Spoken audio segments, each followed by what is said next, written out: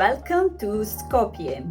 Here we are, new country, North Macedonia, new city, Skopje. I really had a great time here. I spent, I think, around 10 days, which is really a lot. You can actually see Skopje in 2 days just by walking around the city center. The city is pretty compact. You don't need public transportation or anything. Just walk around. You actually don't even need to use Google Maps, for example. I didn't even buy a SIM card here in Macedonia because I really didn't need it. Like, I could walk easily everywhere.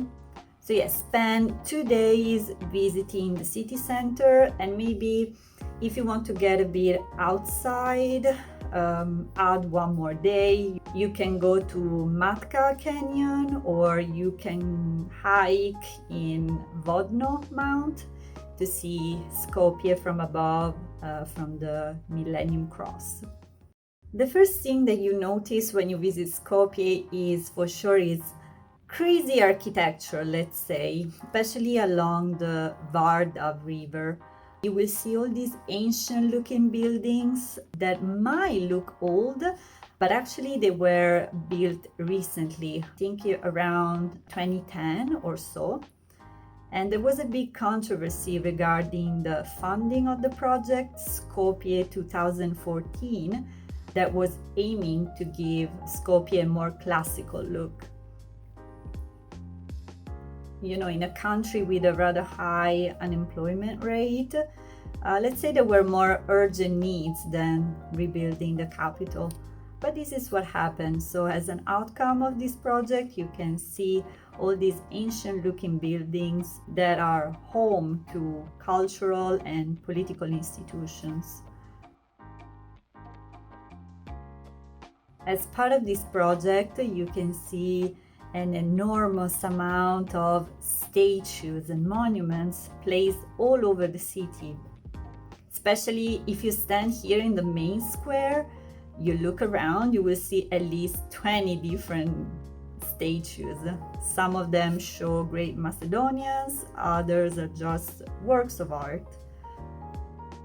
And you can walk through 2 of the main bridges that are completely lined with statues. One is the Art Bridge and the other one is the Eye Bridge.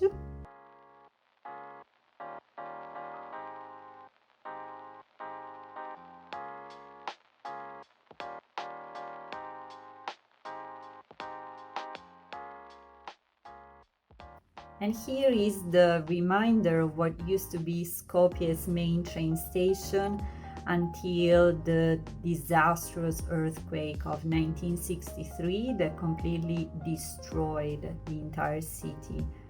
So part of the building collapsed and the rest is left as a memorial, and now is a museum. So you can see the clock that shows the time of the earthquake.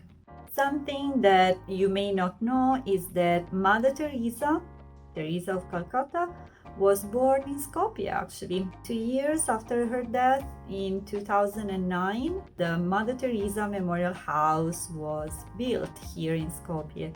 So when you walk in the city center, you can see this building that contains a museum with some photos, memorabilia.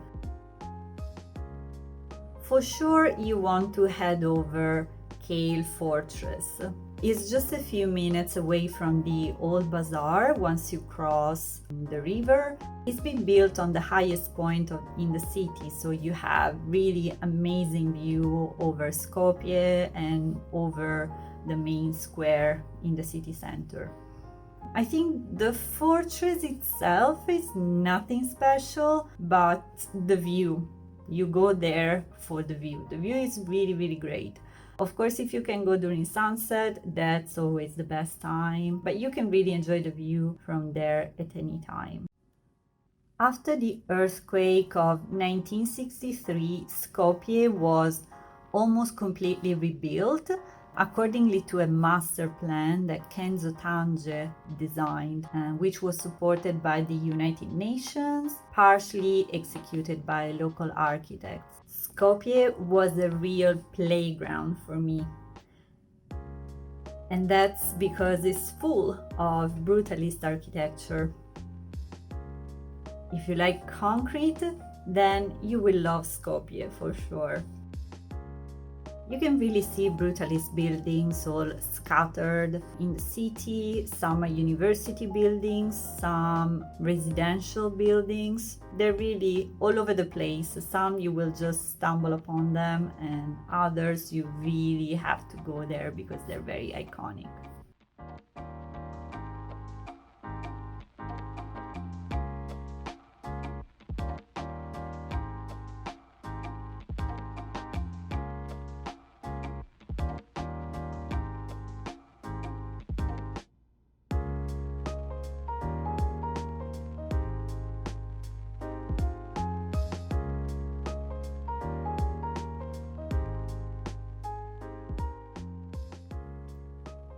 Talking about iconic, you really need to check the Church of St. Clement of Ohrid. It's the largest cathedral of the Macedonian Orthodox Church today. It's so beautiful with this modern style, and it consists only of domes and arches. It's really beautiful, both outside, but I highly recommend you to step inside as well and check the beautiful blue frescoes inside.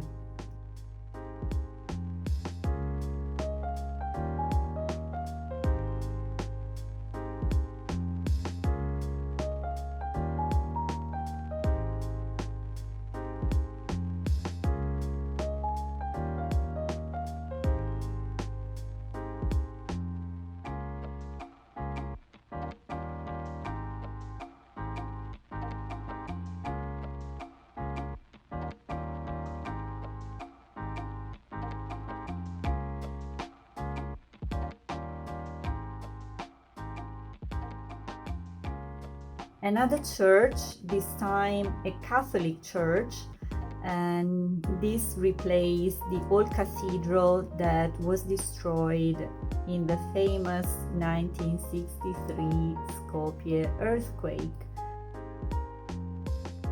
It's really beautiful in its shape, very interesting architecture that I recommend you to check out.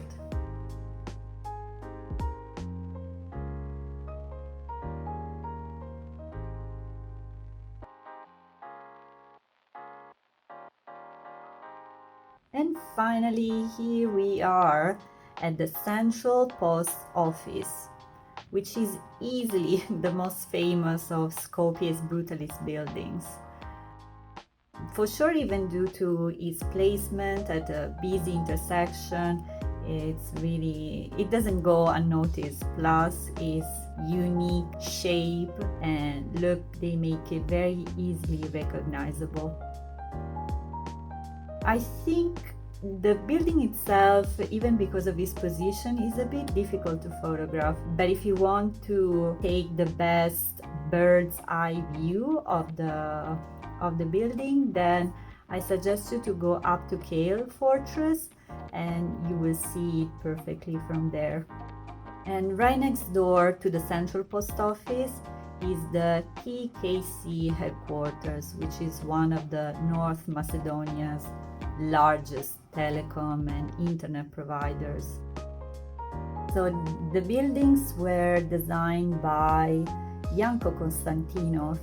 He had worked with Alvarado before moving to Los Angeles, and he returned to Skopje after the earthquake to help with the reconstruction of the city. These two buildings are among the most recognizable, and I have to say probably even the most neglected of the structures in the city center. It's really beautiful how he used the concrete and all these very expressive shapes. The round shape of the post office may have been inspired by the nearby medieval fortress, or may even be a very personal variation of the Metropolitan Cathedral of Brasilia by Oscar Niemeyer. And lastly, I want to leave you with this car park. This is another of the project feature in Skopje 2014, and is designed by the studio Skopje Architects. Sometimes car parks are among the most interesting buildings in a city, so never underestimate a car park. And that's about it for Skopje. So I hope you enjoyed it. Let me know if you've been, if you've visited the city, or if you're going, if you have any question, any comment about its architecture, or places to visit there, maybe things that I should have seen. You never know, I may go back. I keep you updated, and let's catch up soon. Bye!